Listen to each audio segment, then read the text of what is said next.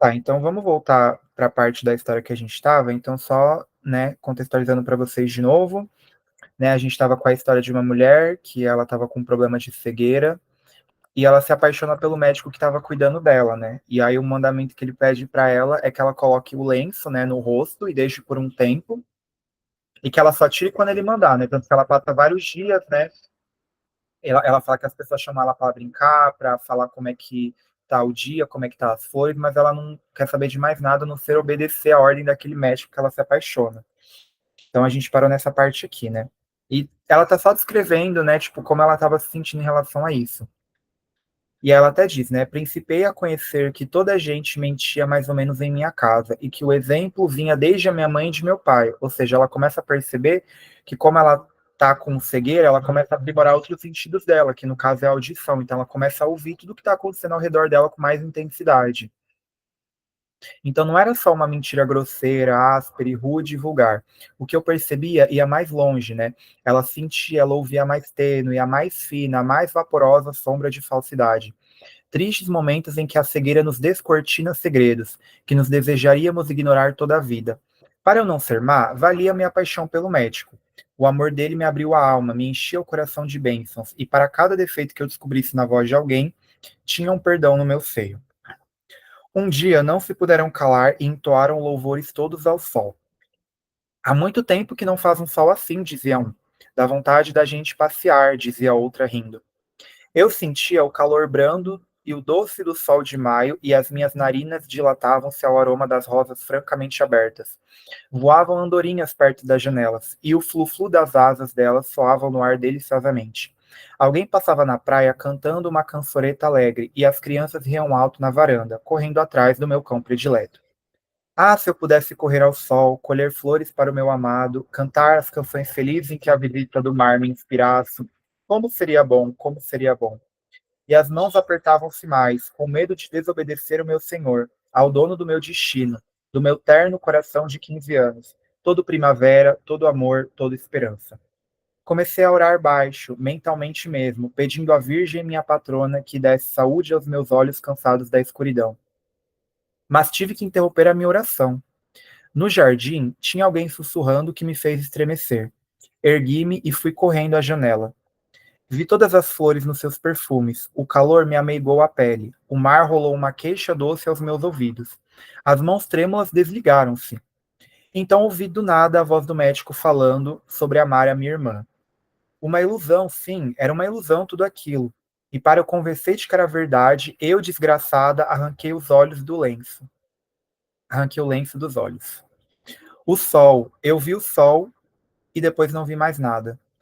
O sol furioso, dardejante, afogueando tudo, mar, céu, terra, plantas, como brasa ardente, cáustica, e rebrilhar em toda a minha natureza, tingindo de ouro vivo as cores mais delicadas, ferindo de morte os meus pobres olhos de virgem apaixonada.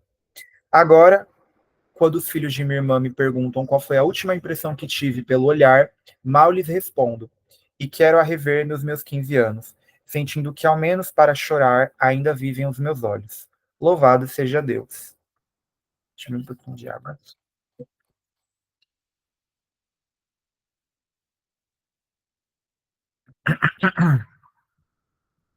Bom, então a história é meio que essa, né? Então, o médico pede com que ela coloque o lenço, né, nos olhos e ela não tire, enquanto ele não mandar, mas acaba que tem um dia que ela vê o médico falando que ama a irmã dela. E ela não, diz que só acreditava vendo, e ela acaba tirando o lenço antes dele ter pedido. E aí o sol vem muito forte no olho dela, e aí ela fala que foi a última vez que ela viu o sol na vida dela, porque ela tirou o lenço antes dele mandar e ela ficou cega para sempre. E aí aqui no último trecho é como se fosse já um futuro, né? Porque o texto ele começa assim, né?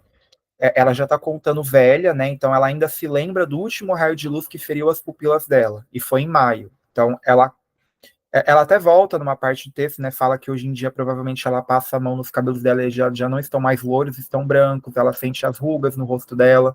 Então ela está revivendo o acontecimento. E aí no final ela volta no tempo presente, que já é o futuro, e ela fala, né? Os filhos da minha irmã, que provavelmente são os filhos dela e do médico, da irmã dela e do médico, perguntam para ela: qual é a última coisa que você se lembra qual foi a última coisa que você olhou? E ela volta nesse acontecimento. E aí ela termina a história com, não com uma moral, mas ela termina dizendo uma frase, né? Que por mais que os olhos dela não sirvam mais para enxergar, eles servem só para uma coisa agora, para chorar. Então essa é a história. E aí, o que vocês acharam?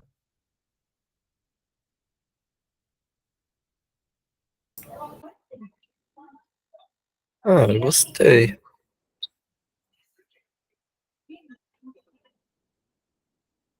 Eu Tadinha. gostei, não do que aconteceu com ela, mas gostei da forma como foi conduzido. Sim, tem um clímax assim da história, né? De que a gente acha que tá acontecendo tudo normal e aí do nada, bam, acontece um negócio, né? Do nada, assim. Mas vocês acham que o jeito que ela escreve é parecido com o do Machado?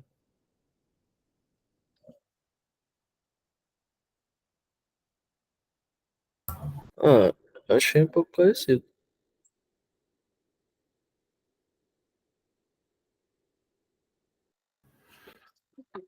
Vocês acham que. Qual vocês acham que é um pouco mais objetiva? É essa ou a do Machado? Machado. Tá.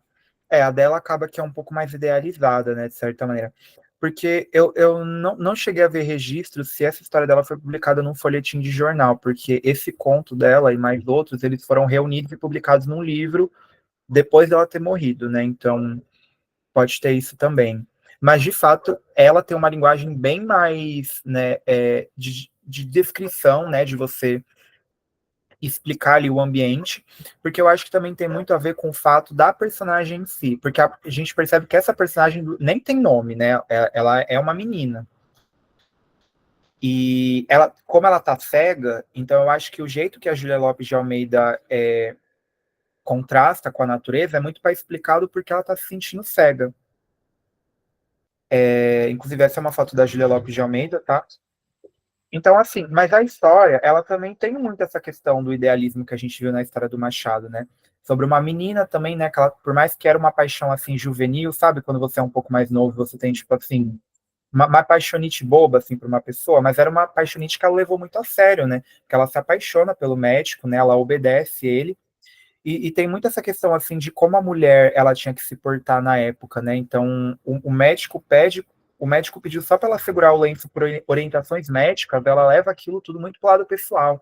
Então, né, cadê o trecho que ela fala sobre obediência? É...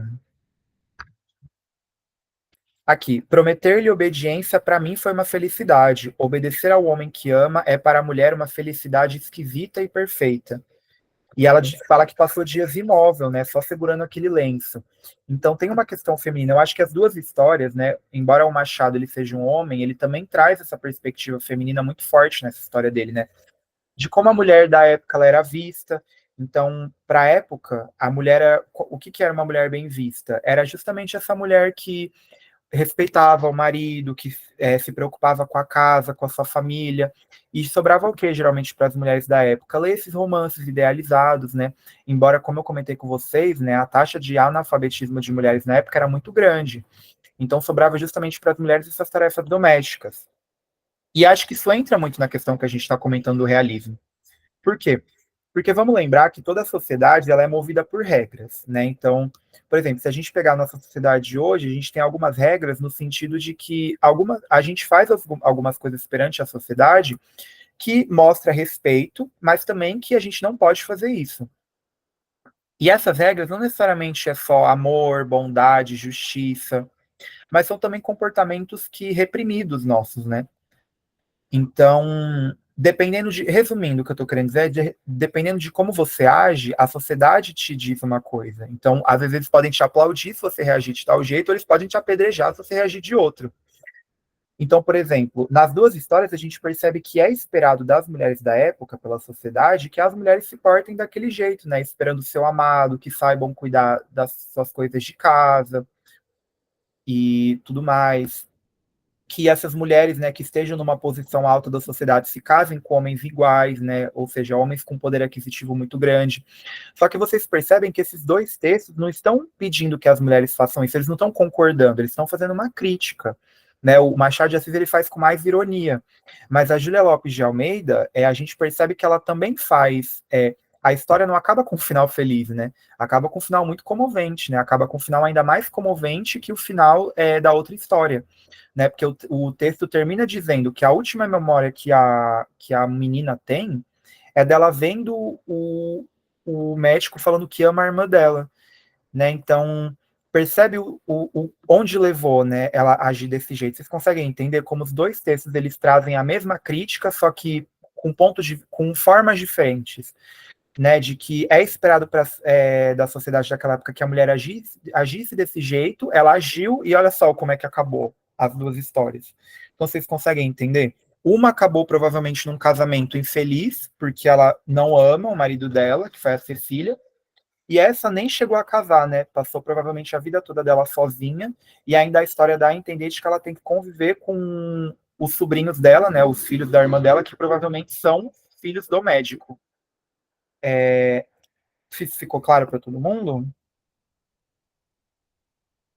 E acho que isso também diz muito sobre a própria Júlia Lopes, né? Porque o Machado eu comentei com vocês que nasceu no Rio de Janeiro, né?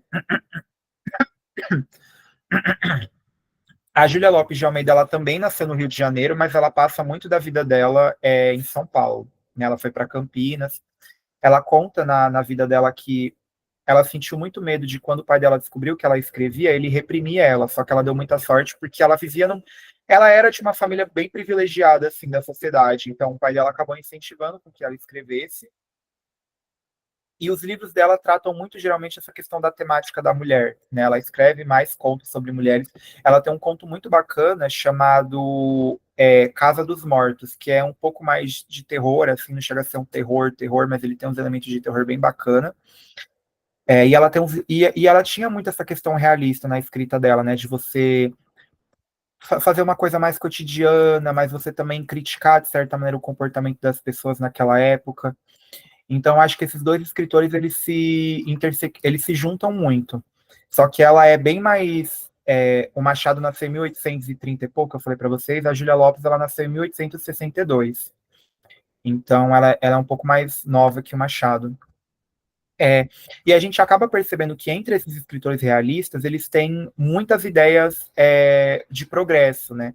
Geralmente ideias positivistas, geralmente todos eles eram republicanos, ou seja, eles não eram a favor da monarquia, eles apoiavam a república, justamente para você ter essa maior democracia entre as pessoas. Então vocês percebem como o realismo ele foi andando junto com essa questão política também e cultural.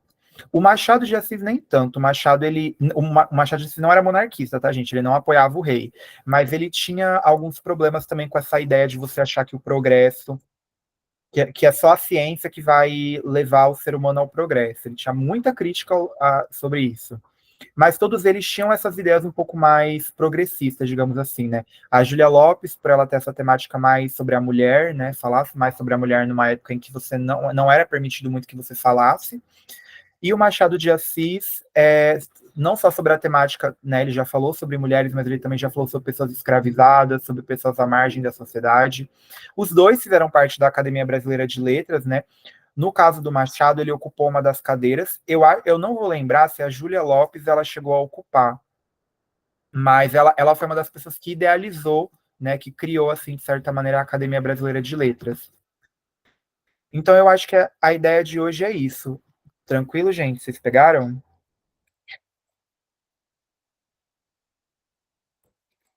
Tranquilo em relação ao realismo?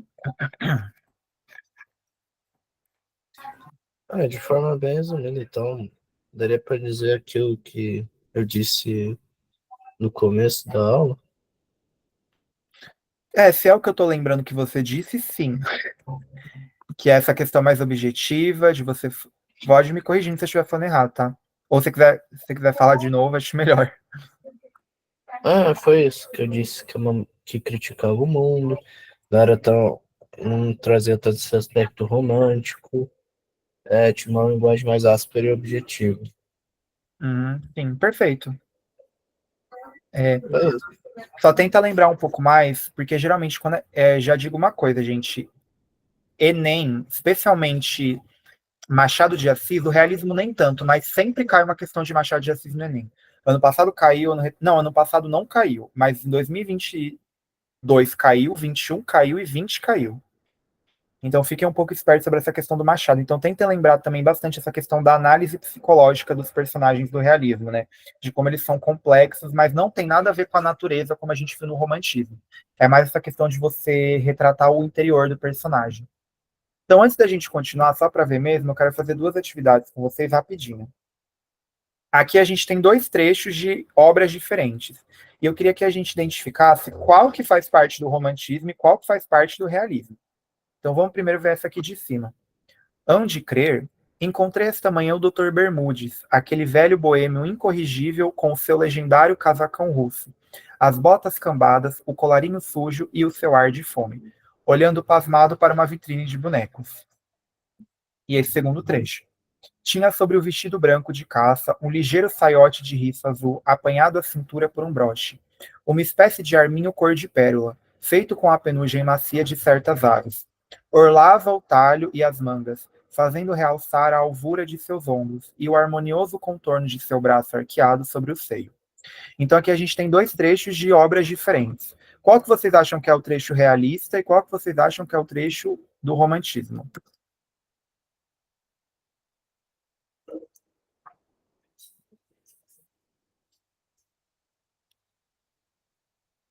Pera aí, Isaac.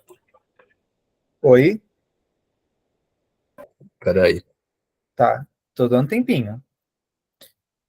Os dois são do romantismo. Um é do realismo. Qual que é o do realismo? E por que, Vitor, você acha que os dois são do romantismo?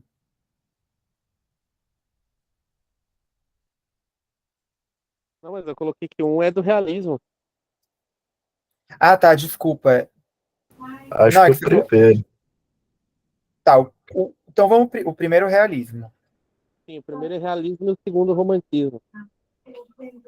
Por quê? Argumentem aí. Vamos argumentar juntos. Por que que vocês acham? Porque o segundo tá com muito descrição, tipo, muito romantizando aquilo, aquela cena, vários detalhes na descrição, e o primeiro é mais direto, e reto, objetivo. Então, boa, gente. Perfeito. Ó.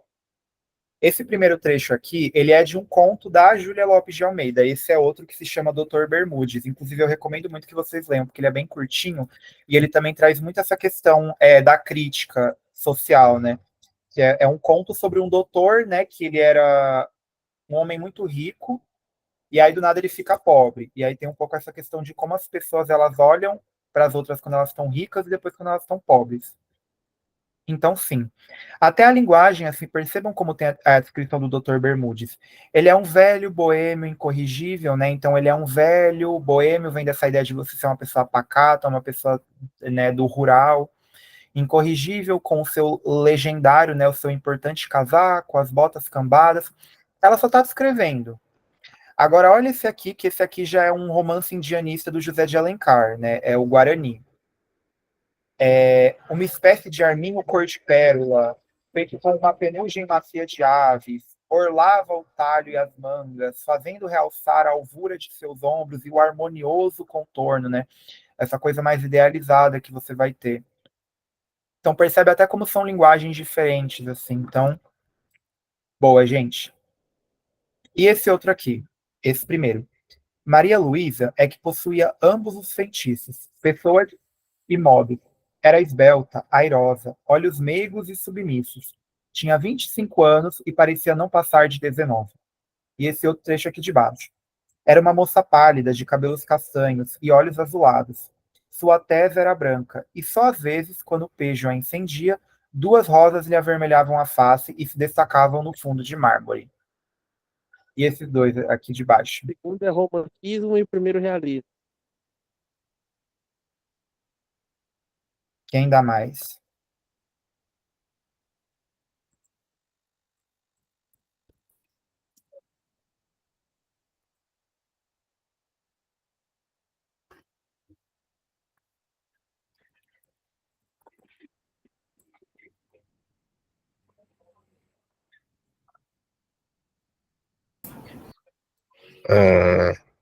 Talvez o segundo Segundo o quê? seja romantismo. Daí eu disse, eu acho que talvez seja o realismo. Quem mais?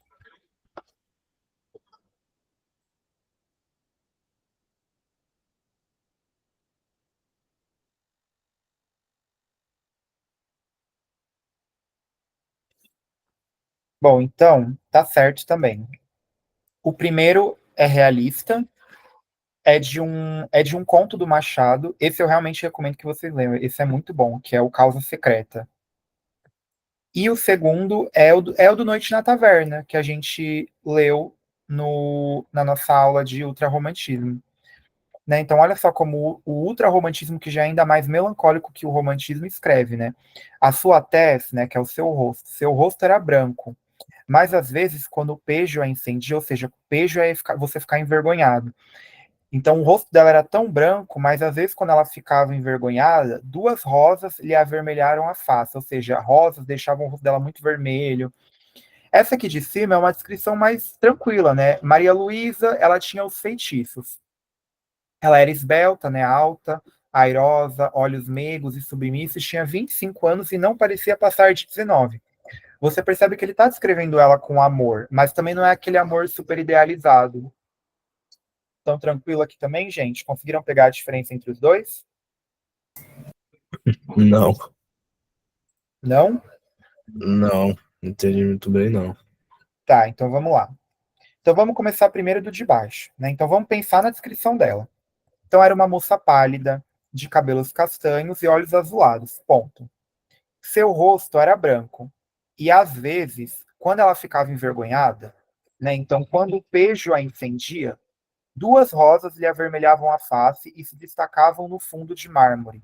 Ou seja, ele está dizendo que quando ela tinha um rosto muito branco, mas quando ela ficava envergonhada, ela ficava tão vermelha que se destacava no rosto de mármore. E aí aqui, de novo, ele volta a falar do mármore e do rosto dela ser branco, né? Porque o mármore geralmente é branco. Aqui é uma descrição que não tem tanto essa idealização.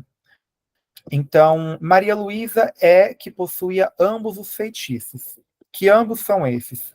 Pessoa e modos, né? Então ela era bonita tanto como pessoa quanto como pelas atitudes.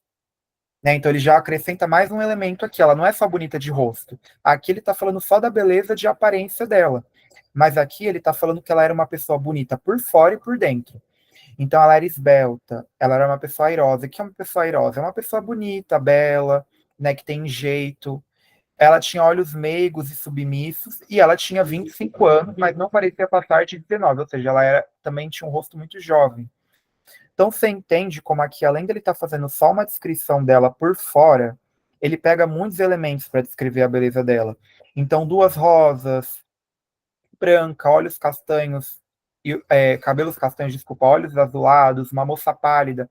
E aí, para esse mesmo adjetivo pálida, porque o rosto dela era branco, ele repete pálida, rosto branco, rosto de mármore, ficou mais claro. E aqui é uma descrição, por mais que tenha adjetivos, ela é bem mais objetiva.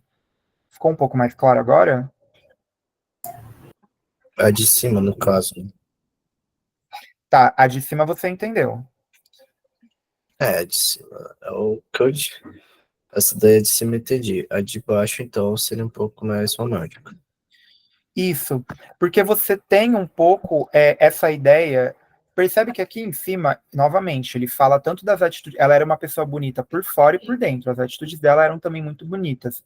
Mas aqui, lembra que eu também comentei no ultrarromantismo, em que os homens, eles tinham essa ideia de eles olharem para as mulheres como se elas fossem muito idealizadas? Então a mulher, ela que era a pessoa virgem, que era misteriosa, mas porque era o homem não conhecia ela direito. E aqui você percebe que ele está justamente fazendo isso, ele está comentando só sobre a beleza de aparência dela.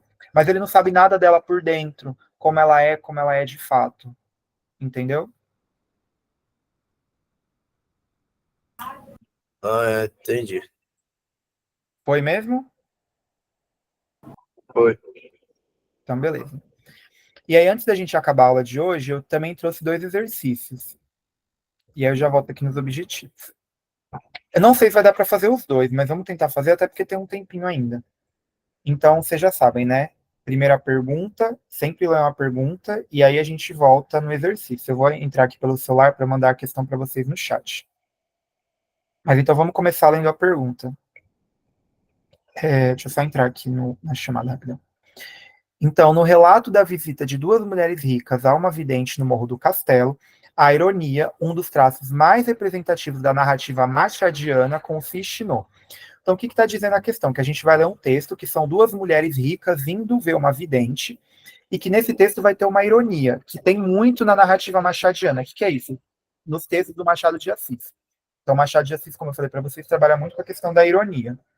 E onde que vai estar a ironia aqui? Então vamos voltar no texto. Esse é outro conto do Machado, chamado Esaú e Jacó. Esse também é muito bom, recomendo que vocês leiam. Então vamos lá. Peraí, deixa eu só beber um golinho de água.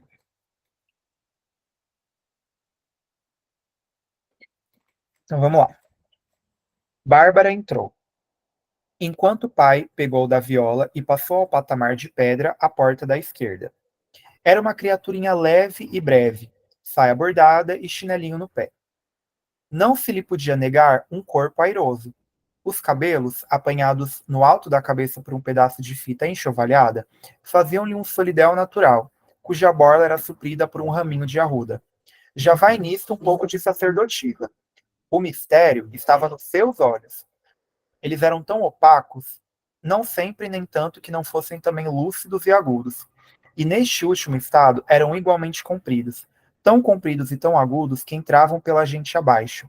Revolviam o coração e tornavam cá fora, prontos para a nova entrada e outro revolvimento. Não te minto dizendo que as duas sentiram tal ou qual fascinação. Bárbara interrogou-as. Natividade disse que vinha e entregou-lhe os retratos dos filhos e os cabelos cortados por haverem dito que bastava. Basta, confirmou Bárbara. Os meninos são seus filhos? São. Né? Então a gente está tendo um diálogo aqui de duas mulheres que vão consultar uma cartomante, né, uma vidente, enfim. Então, no relato da visita de duas mulheres ricas a uma vidente no Morro do Castelo, a ironia, um dos traços mais representativos da narrativa machadiana, consiste no A. Modo de vestir dos moradores do Morro Carioca. B. Senso prático em relação às oportunidades de renda. C. Mistério que cerca as clientes de práticas de evidência. D. Misto de singeleza e astúcia do gesto da personagem. Ou E. Interesse do narrador pelas figuras femininas ambíguas. Então, leiam aqui de novo o texto, podem ler sozinhos, vou dar um tempinho, e tentem perceber onde está a ironia. Lembrem-se, vou dar uma dica, tentem se lembrar bastante dessa questão da análise psicológica que eu comentei com vocês agora, né, de como o realismo faz essa análise dos personagens.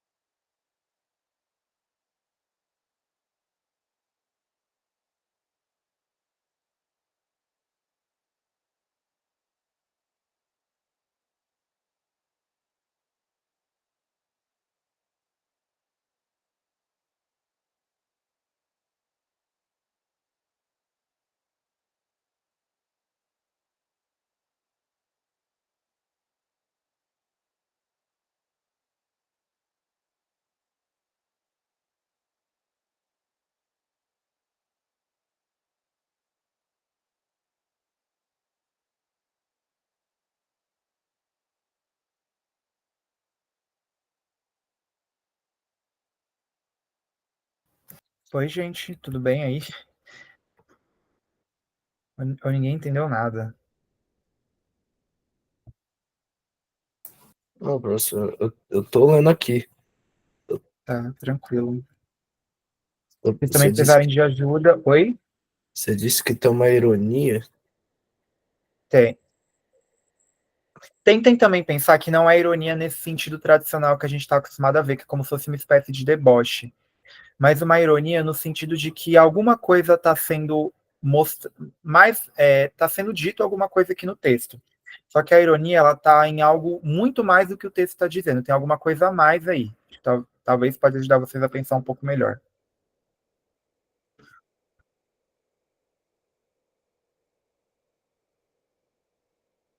Mas se quiser, a gente também pode fazer junto sem problema, tá, gente? Não seria um mistério acerca dos clientes, né? Eu acho que você está indo pelo. Tem um mistério no texto, mas não é dos clientes. Mas tem um mistério. Dá uma lida de novo aí no texto. Percebe na person... Lembrando que, ó, D, pode ser a D. Pode ser a A, pode ser a B, a C, a D. Tô brincando. Ah, Não, mas ó, no relato de no relato da visita de duas mulheres ricas, então foquem nas mulheres ricas. Então as mulheres ricas elas vão lá ver a vidente e durante essa interação aí tem uma ironia. Dica, não tá no diálogo, tá aqui no texto. Mas o Vitor já deu uma sugestão, pode ser a D. Qual que é a D aqui, ó? Misto de singeleza e astúcia dos gestos da personagem. Então, o que seria singeleza? O que seria uma astúcia, né? Então, o Vitor já deu a opção dele. ah,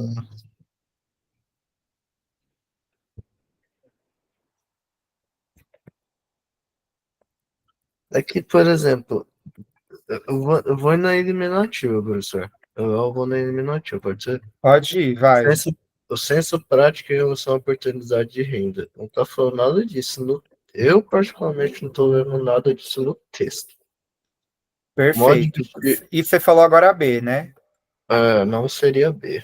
Então cortou já a B. Vai, bora. O interesse do narrador em figuras femininas ambíguas. Eu acho que também seria. Você acha que. Vou ajudar vocês aqui, ó. Na primeira, no começo, a gente até acha que são personagens o interesse deles. Só que não necessariamente a ironia tá na ambiguidade da personagem, tá em outra coisa. Então, ó, já cortou a E. Ou é a A, ou é a C, ou é a D. Então vamos lá. Modo de vestir dos moradores do Morro Pelo visto, Carioca. e pelo visto também não é C, pelo que você disse. Acho que é a D mesmo. Então, se vocês estão dizendo, é a D mesmo. Porque é isso, ó. Vamos voltar. Foi o que eu falei para vocês. Não tá no diálogo a ironia, tá aqui, ó. Aqui no começo ele tá descrevendo a Bárbara. Então ela era uma criatura leve, breve, saia bordada, chinelo no pé, tinha um corpo bonito, parecia ser uma mulher normal.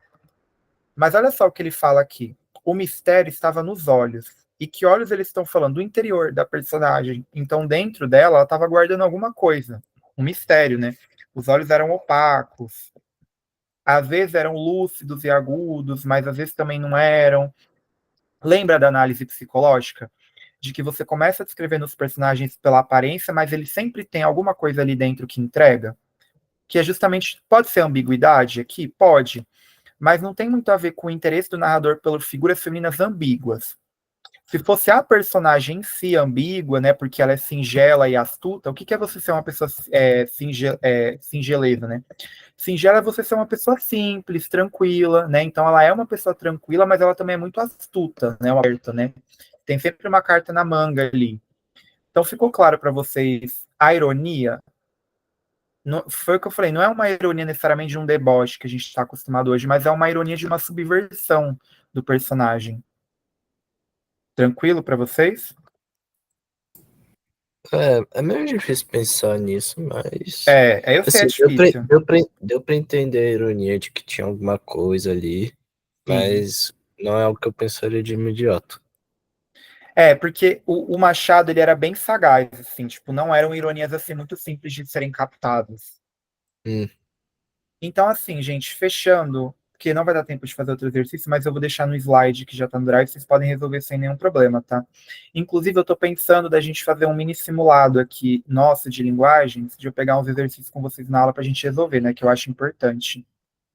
Não, mas eu acho que é que eu vou falar uma outra coisa, então não vai dar tempo, então vou deixar para eles fazerem. Mas então, objetivos. Perceber a mudança de linguagem, mas também histórica e cultural do Brasil do romantismo ao realismo, reconhecer a objetividade que o realismo trazia em contrapartida dos românticos. Foi perfeito, gente? Tranquilo? Tá, então eu vou. Desculpa. Bom, então foi todo mundo. Eu vou só falar um negócio aqui, se der tempo eu resolvo. Então, gente, o material tá no Drive. E aí, só mostrando aqui para vocês, a gente também encerra nosso bloco hoje, porque eu não sei se vocês vão lembrar, mas lá nos primórdios da nossa primeira aula, eu comentei com a gente que o nosso cronograma ia ser dividido nessa questão de blocos, e a gente encerrou nosso segundo. Deixa eu só compartilhar com vocês aqui.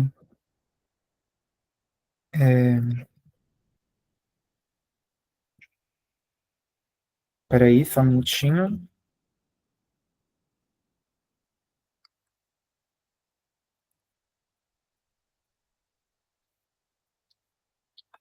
Então, a gente já passou pelo nosso primeiro bloco, que foi a introdução à literatura, que foi quando a gente teve aula de poesia, aula de música, e agora a gente passou o bloco 2. Que bloco é esse? Conhecer para reconhecer. Então a gente começou lá no Barroco, passamos pelo Gregório de Matos, passamos pelo Padre Antônio Vieira, passamos pela formação de uma identidade nacional, José de Alencar, vimos a literatura abolicionista, vimos o realismo hoje com Machado e a Júlia Lopes. E qual que é a ideia desse bloco? É a gente entender como a literatura brasileira ela foi se estabelecendo aqui no Brasil. Então a gente começou lá no Barroco, em 1600, né, com aquela tentativa de uma literatura brasileira, com texto religioso, Gregório de Matos fazendo críticas ao Brasil. Aí passamos pelo romantismo, que é toda a formação de uma identidade nacional. Vimos a literatura abolicionista e agora a gente viu o realismo. A gente foi vendo o quê, basicamente? A nossa literatura brasileira crescendo. E agora a gente vai entrar a partir de, não semana que vem a próxima, né? Porque semana que vem eu acredito que não vai ter aula comigo. A gente já entra na questão do modernismo. Então a gente continua com o nosso bloco 3 agora, que é assim, a tendência, eu não sei. Mas geralmente a tendência dos alunos é gostar do modernismo. Se vocês não gostarem, também não tem problema, mas a tendência é gostar. E aí, na próxima aula, a gente vai ver a questão do que é uma coisa moderna. Eu já adianto que a nossa próxima aula vai ser muito mais uma aula de história da arte, então a gente vai ver muita pintura, a gente vai ver as vanguardas, surrealismo, futurismo, porque é importante que vocês saibam, porque tem muito a ver. E aí a gente vai seguir para o Lima Barreto, Semana de Arte Moderna, Modernismo, e aí depois a gente entra no outro bloco, que aí também já é outros 500. E assim a gente vai seguindo. Então, eu acho que é isso. Então, desculpa, Jorge, eu não entendi. Então, não vai ter aula agora?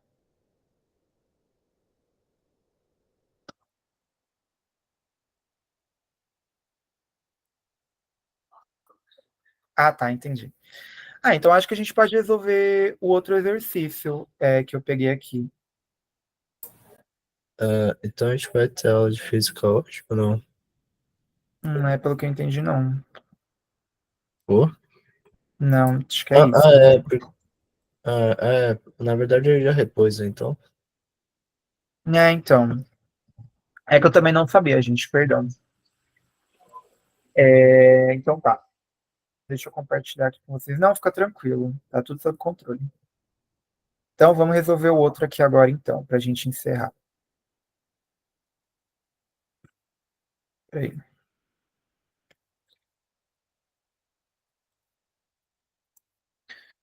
Peraí que eu vou ter que entrar aqui de novo para mandar a questão para vocês.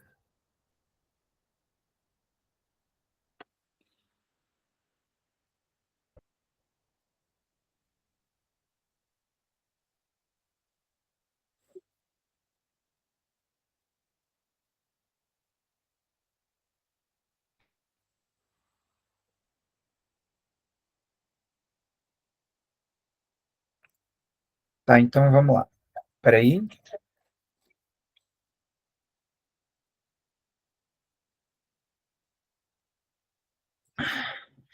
Essa questão, ela é mais do romantismo mesmo, tá? Então acho que talvez sirva até como espécie de revisão pra gente.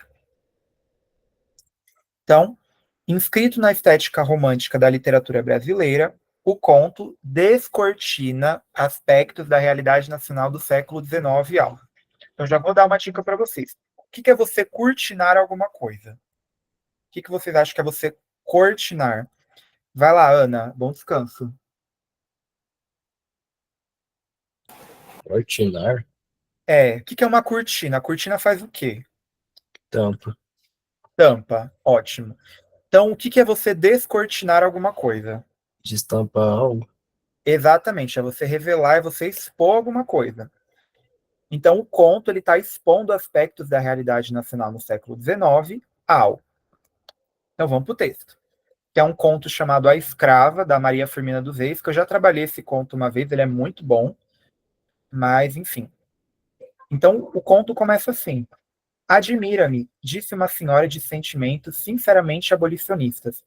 Faz-me até espantar como se possa sentir e expressar sentimentos escravocratas no presente século, no século XIX.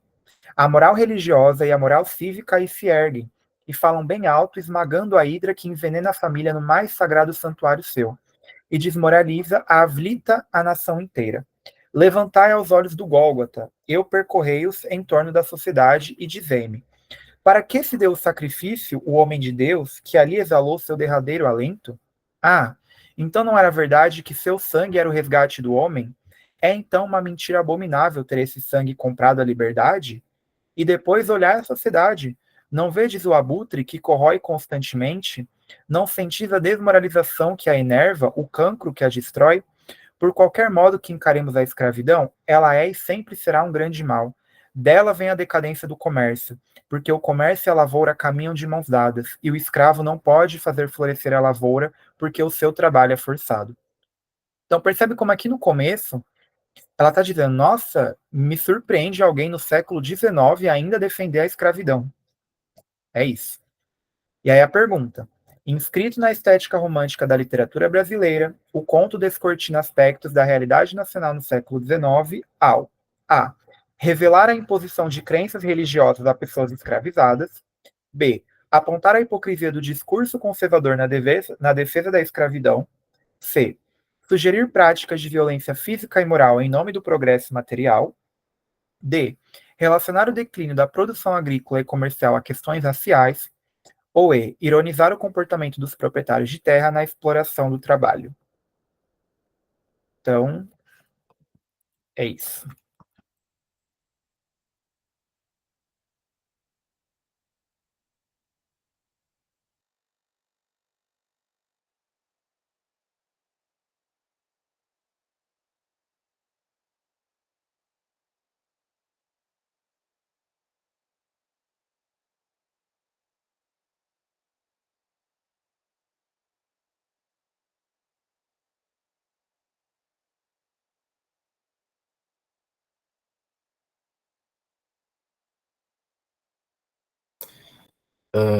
Peraí. Ah, você postou aqui. Ah, cadê? Ah, não, você não pode. Quais são as alternativas? Pode voltar, por favor. Ai, gente, perdão, não botei, desculpa. Ah, essa não. Não, mas você Foi pode mal. voltar. Você pode voltar aí só. Não, é que eu realmente não coloquei no chat, agora que eu me toquei disso. Desculpa, gente. Hum. Peraí. Um minutinho.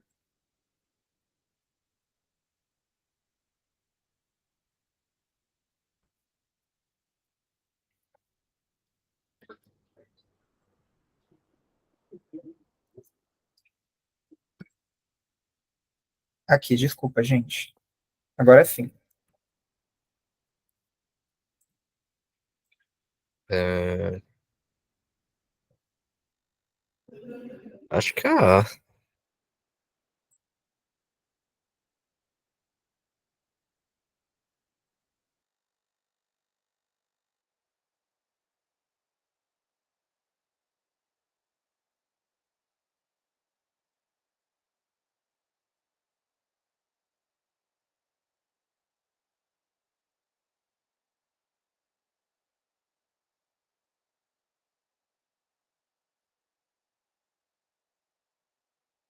Você ouviu falando? Eu ouvi sim, você disse que acha que é A, né? Quem Exato. mais acha que é A? Ou alguém tem outra ideia?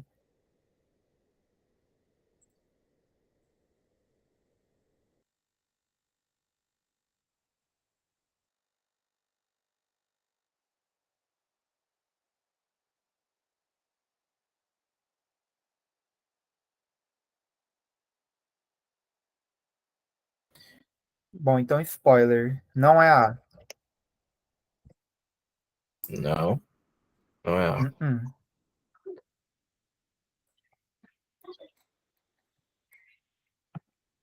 Então, peraí, então.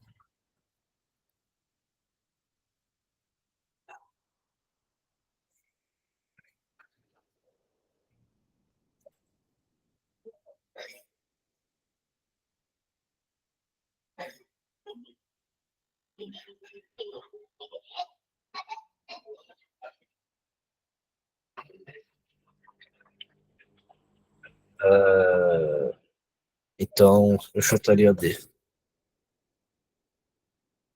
Olha, bom chute então, hein? Não, desculpa, achei que era D, perdão, até eu esqueci. É a B.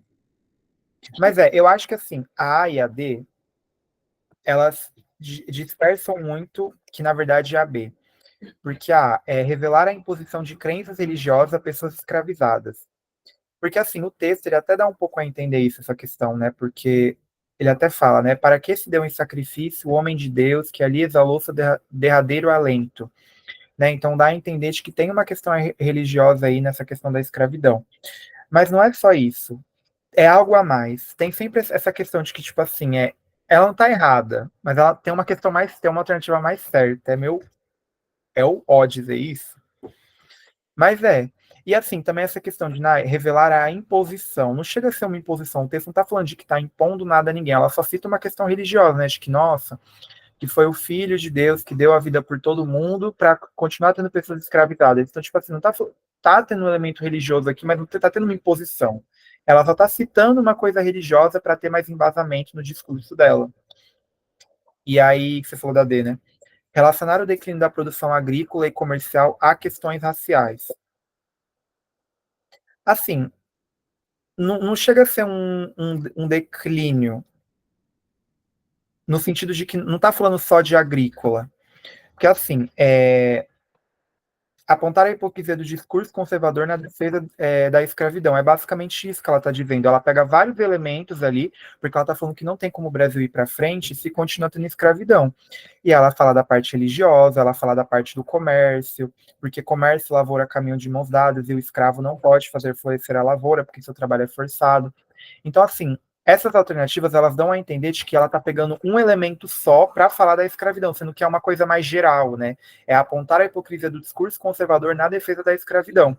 Tanto que o conto começa com ela falando: nossa, me admira que no presente século, no século XIX, ainda tem pessoas que têm sentimentos escravocratas. Não sei se ficou mais claro agora isso. Ah, Não ficou, né? é, mais ou Não. menos. Tá, então vamos lá de novo. Então, ó, o conto diz cortina, né? Então, o conto expõe aspectos da realidade nacional do século XIX. Então, vamos lá. Admira-me, disse uma senhora de sentimentos sinceramente abolicionistas. Faz-me até pasmar como se possa sentir e expressar sentimentos escravocatas no presente século, no século XIX. Então, olha só, a moral religiosa e a moral cívica. O que é a moral religiosa? É a religião brasileira, a moral brasileira. A nossa moral é muito baseada ainda no catolicismo, né, no cristianismo. E a moral cívica. O que é uma moral cívica? Cívica vem de cidadãos, de sociedade, então a moral da própria sociedade brasileira. Então, as duas morais, então percebe que não é nem só religioso e nem só de sociedade, são as duas. A moral religiosa e a moral cívica se erguem e falam bem alto, esmagando a Hidra. Que Hidra é essa? Hidra, né, vem daquilo da mitologia grega de ser um demônio, né, uma besta, um animal. Enfim, elas se erguem, esmagando a Hidra que envenena a família. O que está envenenando a família? A escravidão. e habilita a nação inteira. O que você é habilitar? É você humilhar, né? Então, o que está humilhando a nação inteira? A escravidão. Então, basicamente, tudo aqui que ela está dizendo, ela está falando que a moral religiosa e a moral da sociedade hoje se erguem contra a escravidão. Por quê? Porque na época que esse romance foi escrito, estava todo mundo, a maioria das pessoas estavam a favor do fim da escravidão. Até aqui tudo bem? Entendi onde você quer chegar. Dá pra entender. A ideia é que não está falando só de uma coisa, não é só da religião e não é só da produção agrícola, é de tudo. E o que tudo está englobando aqui? A hipocrisia do discurso conservador na defesa da escravidão. Ficou mais claro agora? Ficou. Foi, gente. Foi o Hugo, foi a Angelita.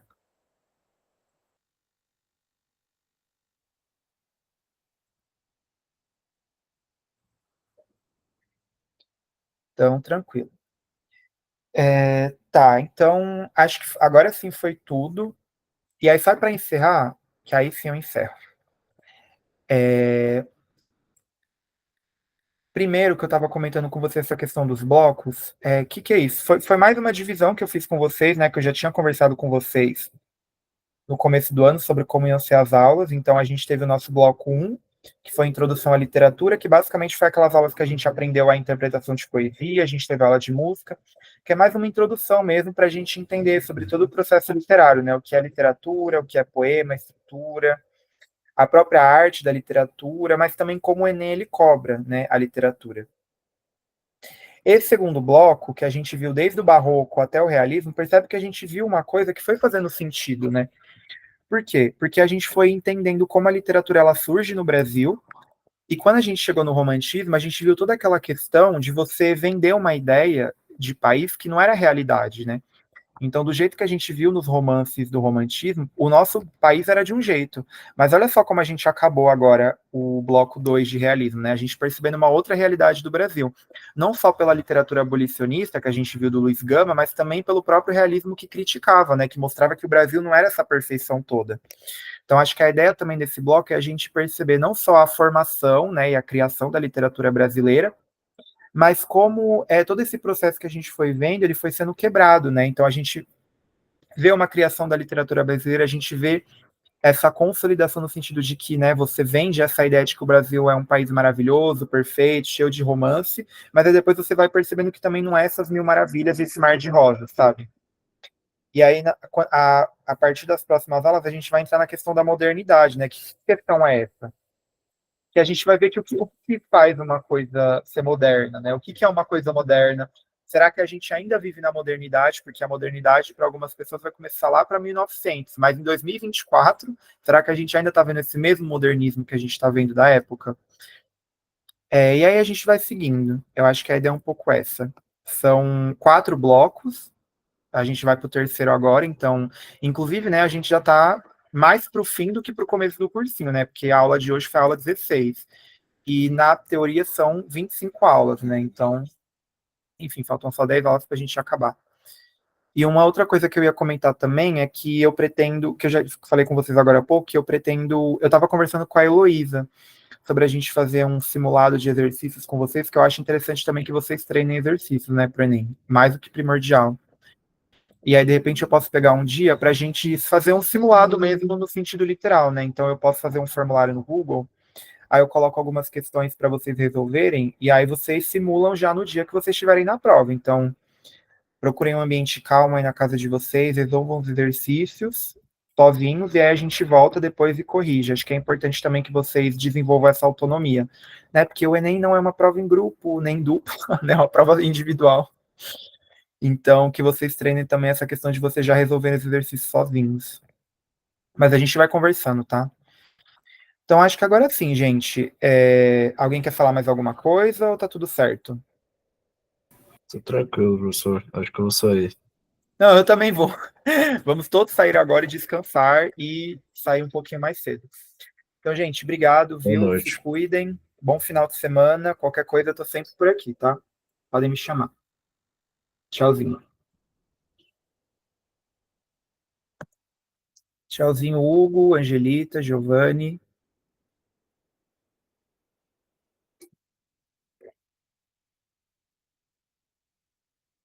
Ô, Jorge, eu esqueci. A Ana disse que não está com acesso no computador dela agora. Ia perguntar se depois, como você tem o e-mail do Colmeia, se você não consegue compartilhar comigo, que eu queria ver, eu queria dar uma olhada no formulário hoje, se você puder, por favor. Então, beleza, agradeço muito, viu? Obrigado, meu querido, e boa noite.